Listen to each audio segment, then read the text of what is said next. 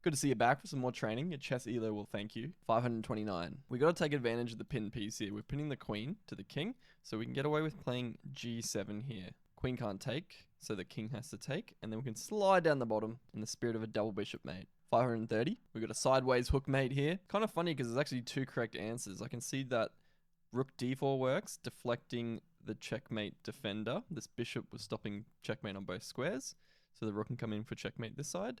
Also, the other way works. You can play rook here, deflecting the bishop that way, and then you can come in and do your sideways hook mate. 531. We're going to smother the king here and finish him off with a pawn mate. We're X-ray threatening, putting a lot of pressure on this square. What we can do is we can actually sacrifice the rook here. It doesn't matter if the rook or the knight takes. Both of them you can play pawn to g7, defended by the knight.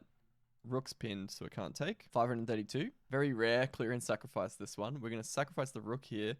Pawn must take, so we can follow up with a pawn mate. That's why we had to clear the square with the rook. 533. Our bishop's X-ray threatening checkmate on this square, so we can sacrifice the queen ahead of time, knowing that it's going to provide backup here, and we can come in with the bishop, rook's defending it, and cutting off the king. 534. We can see the king in the corner here. Our king's got him boxed in, so we should be trying to open this A file.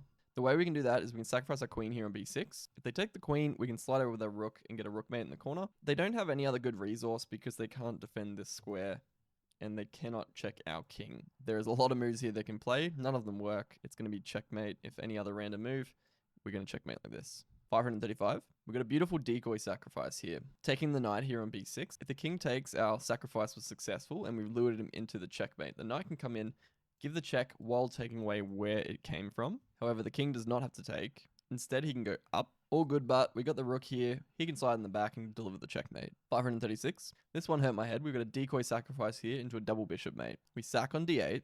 If the king takes, we've got a double bishop mate here. If he doesn't take and instead goes here, it's almost like our queen's acting as a bishop and we've got a triple bishop mate here.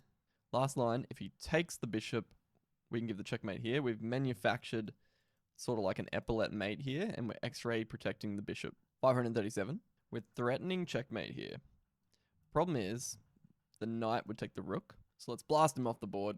Queen takes d8, rook takes, and then we come in with the checkmate. 538. Did you struggle on this one? This pattern gets easier the more of these you solve. Queen d8 here. We've got a decoy sacrifice. If they take the queen, we've led them into a checkmate. We're using a perfect coordination of all three of our minor pieces.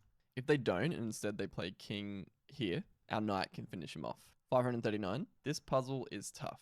The only move that works is queen a1. Why does it work?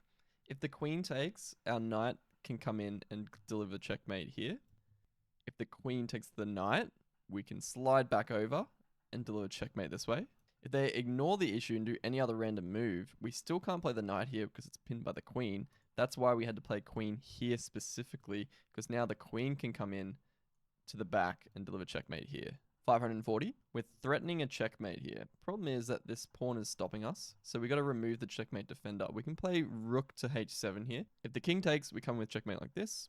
If instead the rook takes, same checkmate.